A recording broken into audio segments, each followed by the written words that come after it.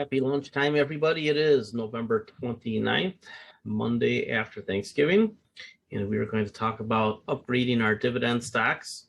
When there's a stock market correction, the main thing to do is upgrade your portfolio to the highest quality and the highest growth, because it's rare that you get the obvious growth and quality names at a bargain.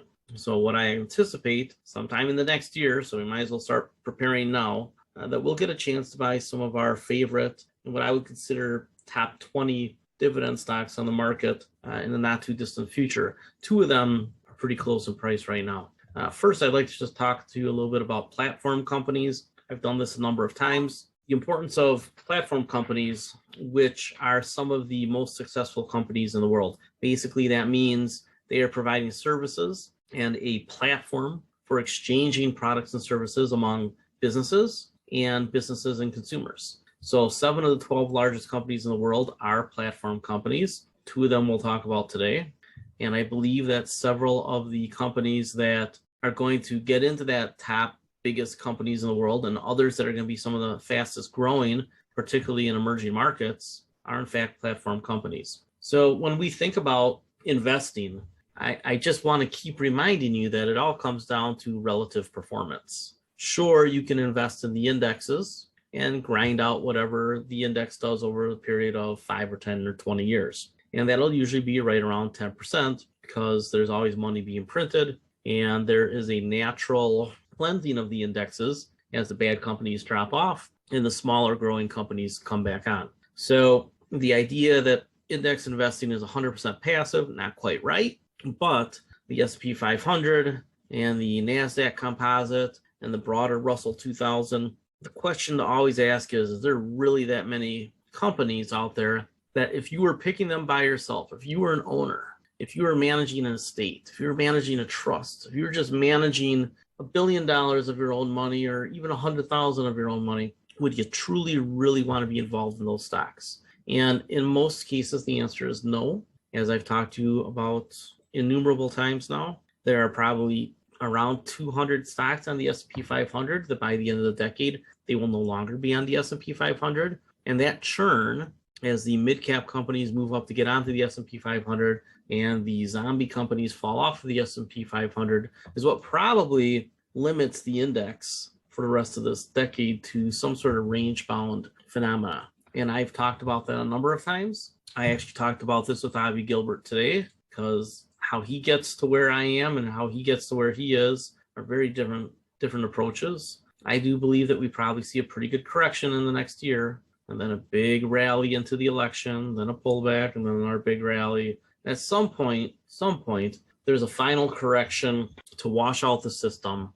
and maybe we go all the way down to 220 on SPY, like Avi is talking about. You know, that's the price level that I talked about a long time ago. Maybe it's a little higher, maybe it's a little lower. Who cares? We'll worry about it when the time comes. The most important thing to pay attention to is the developing correction as the Federal Reserve weans us off of QE so that it can reload its bazooka for the next time that something serious happens. And over the weekend, we got hit with the G virus. I know they didn't call it the G virus. They skipped over it and went to Omicron.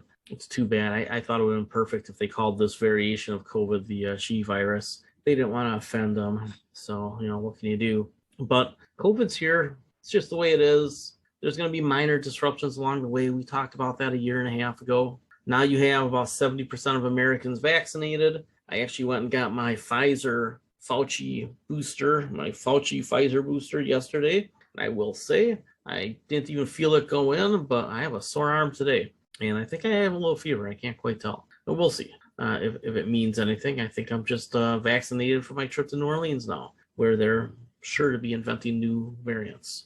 In any case, the news over the weekend about COVID that sent the market down 900 points, you need to not believe that the market dropped 900 points because of COVID. You need to understand that the market was historically overvalued. It is extremely overbought, and that COVID was just a match that lit the tinder. And now with the market up a little bit today, about half what it went down, we'll see what happens with that tinder. My guess is that the Federal Reserve doesn't say anything terribly different in December. People will come to the realization that, hey, they really are tightening up a little bit. And the market at some point, I think February would be my guess, but it could be sooner, it could be a little later. At some point, we get that first really significant step down in price level, then a little rally, and then probably ending the year in this box, be my guess. A little under 300, around 300 on the S&P 500. Along the way, that means that your mega cap stocks will probably have a chance to be bought. And you might even be able to trade them. You might be able to buy them in February, sell them in July, and then buy them back in December. We'll see. When you take a look at the screener, what you can see is that in the S&P 500, still a ton of stocks overbought, even with 900-point drop on Friday. It just goes on and on and on. Those are all overbought, and now these are almost overbought. That is a very unusual situation. And when you flip it around, take a look at what's oversold, not a lot. You got AT&T, which I'm accumulating. I'm not really interested in Carnival or Verizon.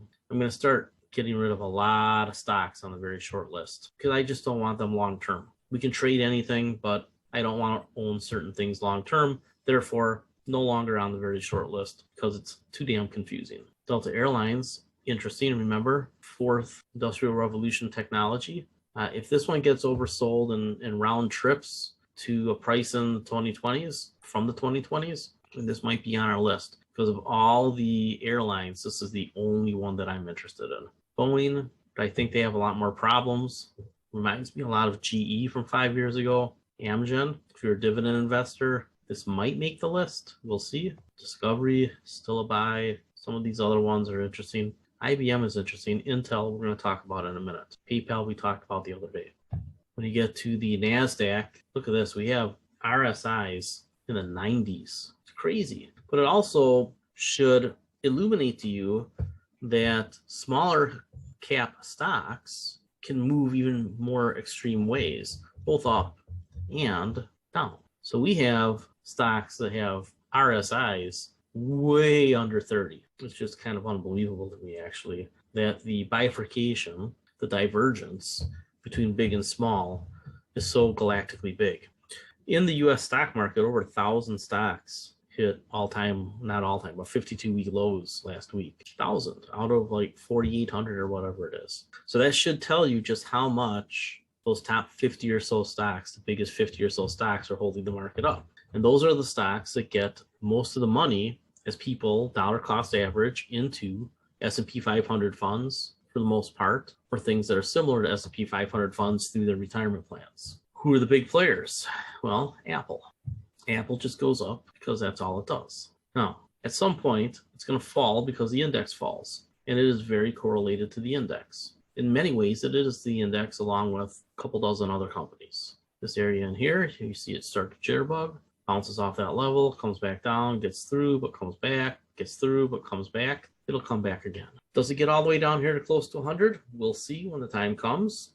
But next year, if we can get a price under about 125, anywhere in this box, I think we're going to want to do that. Why? Well, between Apple and Microsoft, those are probably the very two best dividend stocks on the stock market. We've taken a look at their buyback yield and their dividend yields. Both have incredibly high rates of returning cash to shareholders. They favor the buyback versus the dividend. And I know people are like, oh, but I want my yield higher. No, you should want your total return higher. So between the stocks going up and paying off some income, buying back shares, and having huge moats on the company, they're virtually unassailable. That's what you want. So again, I discourage people from saying, well, I want a bigger dividend yield. I get it, but that is truly the wrong way to invest. You want a better total return, and if you can embrace that idea, you're going to do much, much better. Now, in an apocalyptic situation, could you see this all the way down to these 2018 levels? I guess. If the world really ends, could you see it down here at 2016 levels? I mean, there'd be something wrong with the entire world if that happened. We'd probably be under attack by aliens or something. So we want to upgrade to this, one of the two best dividend stocks in the world, Apple, if we can get it. And if we can get it closer to this line, closer to 100, which is probably where Buffett and Berkshire would start to buy again, versus up here at 160 or even 125, that's what we should be targeting. So you should have money in your portfolio for either QQQ or Microsoft and Apple, or both. So in all my dividend portfolios, people who have a hard time understanding options. I'm going to add these two stocks when I get a chance. And I haven't been in them probably since around here. And look what it did. Very strong argument for ride your winners. But that doesn't mean that you just hold on here either. At some point, reversion to the mean happens. And that usually happens when the Federal Reserve is pulling back, which is what they're doing. So Apple going to replace somebody on the plug and play. Microsoft going to replace somebody on the plug and play dividend list. And Intel is flirting with us right now. Intel is going to be one of the major winners, one of the major beneficiaries of supply chains moving back to America 2-3 years out as they get their operations going for semiconductor fabrication. And we are seeing an opportunity that the market is giving us because the market's impatient and because most of the kids, most of the millennials out there just follow the trends. So if the stock is going down, they're just going to keep selling it and keep beating it up until somebody with bigger money can turn it around. And the bigger money turns it around when there's a market event. Either credit dries up, something goes the direction that the millennials don't expect, but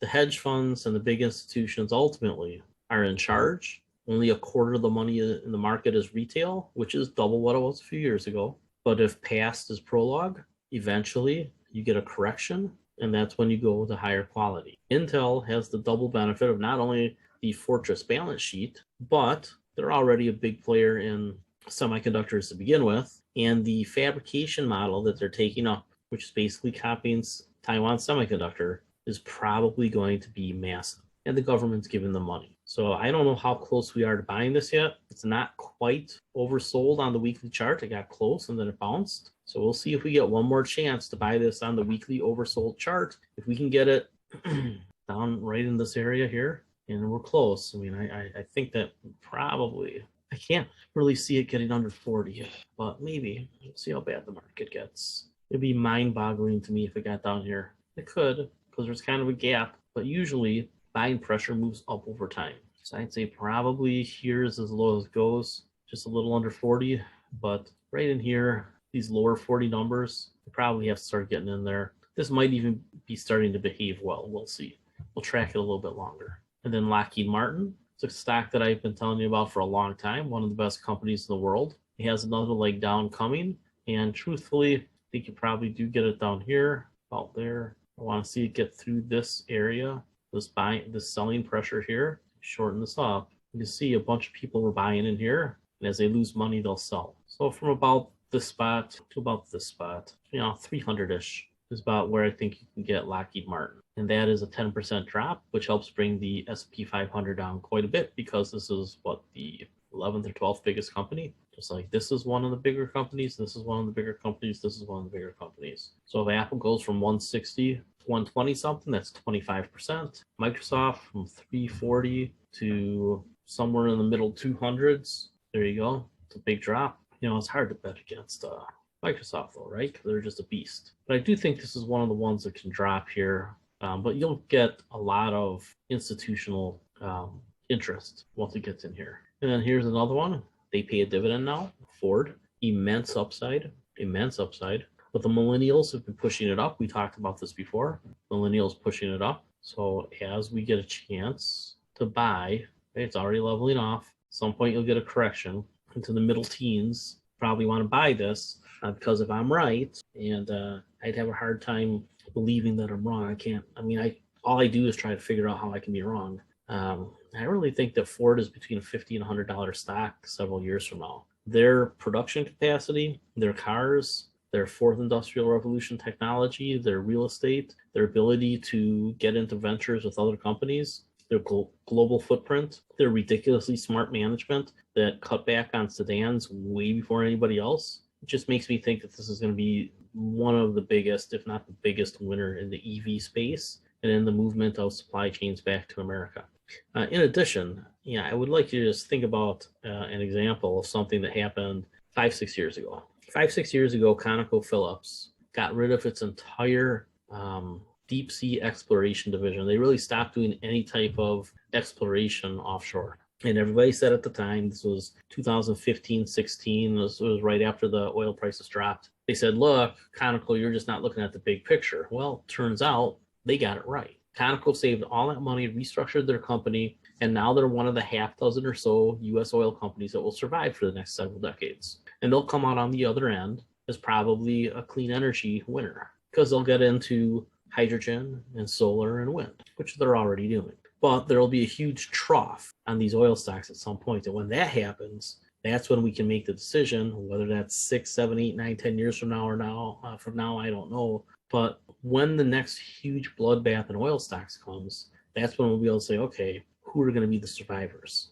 And if Scott Sheffield at Pioneer is right, I think we already know who probably 3 or 4 of them or 5 of them are. And there'll be a couple more that succeed. And there'll be mergers and acquisitions. Why do I talk about Conoco right there with Ford? Ford made the controversial decision, like Conoco did with deep sea exploration, getting rid of their sedans. 3 years ago? The only small car they have is the Mustang. Everything else is a truck. And the Ford F-150, which is the most popular vehicle in America, is going electric and hybrid. There probably won't be pure gasoline or diesel F-150s after 2027. Probably won't be. They'll clear them out. I'll make the announcement in the next couple of years. Just like everything else I told you that Ford was going to say and they've said since, that's the next thing they're going to say. Sometime in the next few years, they're going to say, we're shutting down the gasoline and diesel powered plants and going to hybrids and some of the big stuff, and everything else is going to be EV. I mean, think about this. If the F-150 can be an EV and power your house for 2 to 3 days, which is what they're saying, that really is a monumental market. Because now people can just bundle their backup generator into their car purchase rather than buying a Powerwall for an extra $20,000 or $30,000. You just get it right there with your truck. So there's a lot coming. Ford's going to be a big winner. So these are the 5 that I'm adding, that I'm really focusing on for getting into the dividend list, and I'll be pulling a couple out. All right, let's take a short break and come back for retirement income options, which will basically be question and answer.